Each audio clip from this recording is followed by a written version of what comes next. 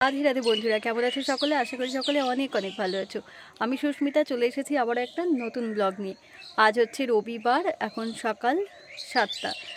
আর মাঠের দিকটাতে দেখো কতটা কুয়াশা পড়েছে আজকে, প্রচণ্ড ঠান্ডা। তো সকাল সকাল স্নান করে নিয়েছি, রান্নাবান্না করব, আজকে তো ছুটির দিন। তো তোমরা ব্লগটা প্রথম থেকে শেষ পর্যন্ত দেখতে থাকো, আশা করি তোমাদের অনেক অনেক ভালো লাগবে। সকালে ঘুম থেকে উঠলে দিনের শুরুতেই সকলের একটাই চিন্তা মাথায় আসে যে আজকে কি রান্না করব। তো আজকে ছিল রবিবার, আমি সকালে ঘুম থেকে ওঠার পরে স্নান টান সেরে নিয়েছি।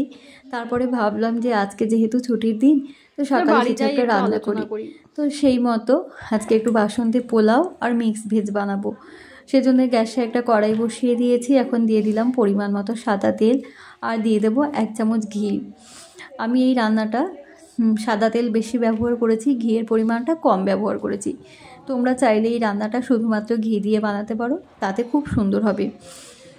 এবার তেল আর ঘিটা গরম হয়ে গেলে এতে আমি দিয়ে দিচ্ছি ফোড়ন। ফোড়নের মধ্যে দিচ্ছি তেজপাতা, আর দিয়ে দিচ্ছি গোটা গরম মশলা, এলাচ, লবঙ্গ আর দারচিনি। ভালোভাবে একটুখানি নেড়ে চেড়ে নিতে হবে। এরপর আমি কাজু বাদামটাকে আলাদা করে ভাজছি না, কাজু বাদামটাকে আমি তেলের মধ্যে দিয়ে একেবারেই ভেজে নিচ্ছি হালকা লাল করে। আর একটা বাটিতে আমি গোবিন্দভোগ চালকে ভালোভাবে ধুয়ে জল ঝরিয়ে রেখেছি। তার মধ্যে আমি দিয়ে দিয়েছি হলুদের গুঁড়ো, আর দিয়েছি গরম মশলার গুঁড়ো আর লবণ, আর সামান্য ঘি দিয়েছি। দিয়ে একসঙ্গে খুব ভালোভাবে মাখিয়ে নিয়েছি। এরপর আমি তেলের মধ্যে দিয়ে দিলাম মাখিয়ে রাখা গোবিন্দভোগ চালটাকে। একটু ভালোভাবে ভেজে নেব বলতে খুব বেশি নয়, হালকা করে। এতে করে পোলাওটা কিন্তু বেশ ঝরঝরে হবে। খুব ভালোভাবে এখন একটু নেড়ে চেড়ে ভেজে নিচ্ছি। আর অবশ্যই কিন্তু গোবিন্দভোগ চালটাকে ধোয়ার পরে খুব ভালোভাবে জলটা ঝরিয়ে নিতে হবে, তাহলে কিন্তু পোলাওটা ঝরঝরে হবে একদম। আর এদিকে আমি একটা গ্রেটারের সাহায্যে একটু আদাকে গ্রেট করে দিয়ে দিচ্ছি। তোমরা চাইলে আদাটাকে বেটেও ব্যবহার করতে পারো। আমি একটা গ্রেটারের সাহায্যে একটু গ্রেট করে একটু অল্প পরিমাণে আদা দিয়ে দিলাম। আবারও একটু ভালোভাবে নেড়ে চেড়ে নেব। আর যে পরিমাণ আমি এখানে চাল ব্যবহার করেছি তার দ্বিগুণ পরিমাণে জল ব্যবহার করতে হবে। আমি জলটা আগে থেকে গরম করে রেখে দিয়েছি, তো এখন সেই জলটাকেই ব্যবহার করব। একসাথে পুরো জলটাকে দিচ্ছি না, অল্প সামান্য একটু জল রেখে দিচ্ছি, কারণ একটুখানি জলেতে বেশি ছিল তাই। এবার ভালোভাবে ফুটতে দেব চাল যতক্ষণ না পর্যন্ত সেদ্ধ হচ্ছে। আর আমি এখন কিশমিশটাকে দিলাম না, কিশমিশটা আমি শেষে দেব। এই যে এখন হচ্ছে আমি দিয়ে দিলাম কিশমিশটাকে, আর দিয়ে দেবো আমি পরিমাণ মতো একটু চিনি। বাসন্তী পোলাও একটু মিষ্টি মিষ্টি হবে, সেটা বেশ ভালোই লাগে। কিশমিশ তোমরা চাইলে আগে থেকেও দিতে পারো, আমি কিশমিশটা শেষে দিলাম। আমার এই কিশমিশটা হচ্ছে একটু আগে থেকে দিলে একটু বেশি গলে যায়, সেই জন্য আমি কিশমিশটা শেষে দিলাম। কেমন লাগলো আমার বানানো এই বাসন্তী পোলাও রেসিপি, তোমরা কিন্তু এটা অবশ্যই কমেন্ট করে জানিও কেমন। আর বাসন্তী পোলাও কার কার প্রিয় সেটাও কিন্তু কমেন্ট করে জানিও। আর এদিকেই দেখো আমি গরম মশলা নিয়ে এসেছিলাম, গরম মশলাটা রোদ্দুরে দিয়ে রেখেছিলাম, কিন্তু গরম মশলাটা আর গুঁড়ো করা হয়নি। তো এখন একটা মিক্সি জারের মধ্যে সেই গরম মশলাটাকে নিয়ে নিচ্ছি, আর কিছুটা পরিমাণে গরম মশলা একটু তুলে রাখছি। যে কোনো রান্নাতে, বিভিন্ন রান্নায় ব্যবহার করতে হয়, গোটা গরম মশলা ফোড়নে দিতে হয়, সেজন্যে। আর বাকি গরম মশলাটা আমি হচ্ছে গুঁড়ো করে নেব।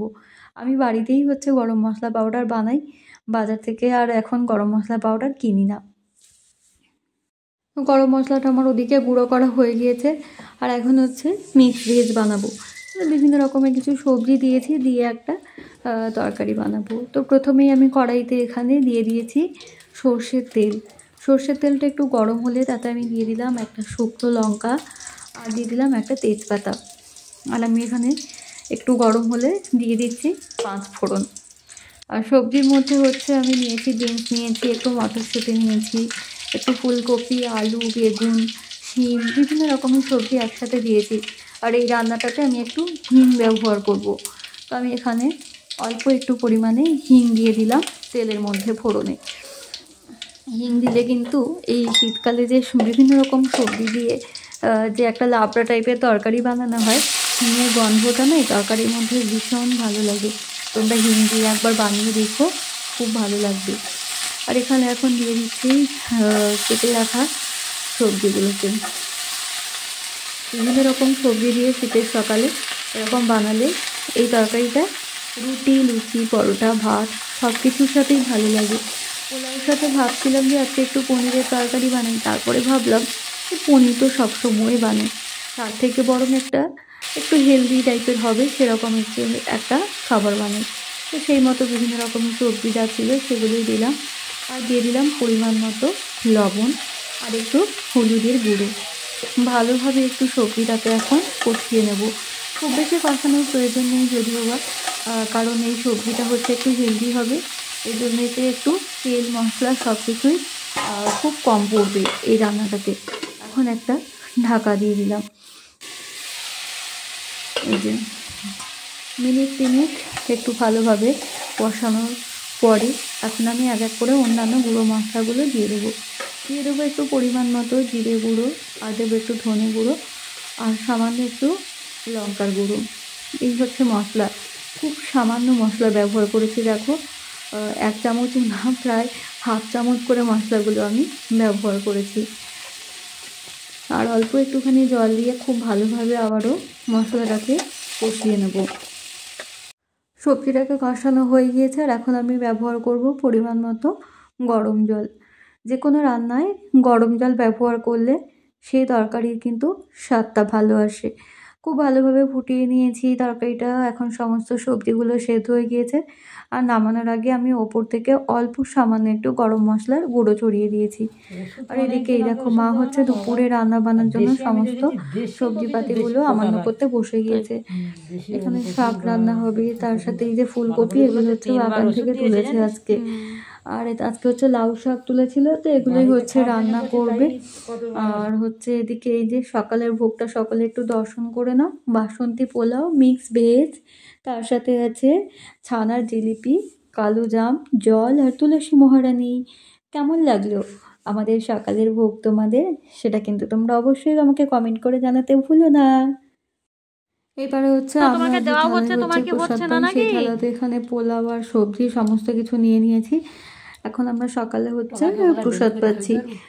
জিনিসটা কিন্তু খুব ভালো হয়েছে, সত্যি বলছি। তোমরা কিন্তু এবার যে কোনো একদিন বাড়িতে নিরামিষ দিনে এভাবে বানিয়ে দেখতে পারো, আর এতে যদি 2-4 টুকরো পনিরও ফেলে দিতে পারো সেটাও খুব ভালো লাগে। এই যে বন্ধুরা, তারপরে অর্জুনকে একটু ঘুম পাড়িয়ে দিলাম ও সকালে প্রসাদ পাওয়ার পরে।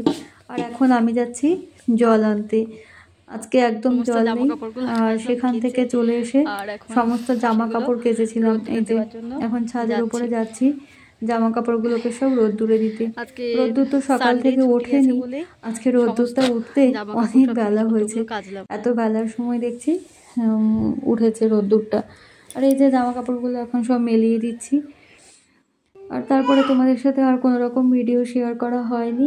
এটা হচ্ছে দুপুরবেলাতে, দুপুরের ভোগে আছে অন্ন আর লাউ শাকের সবজি, তার সাথে এটা হচ্ছে পিড়িং শাকের সবজি।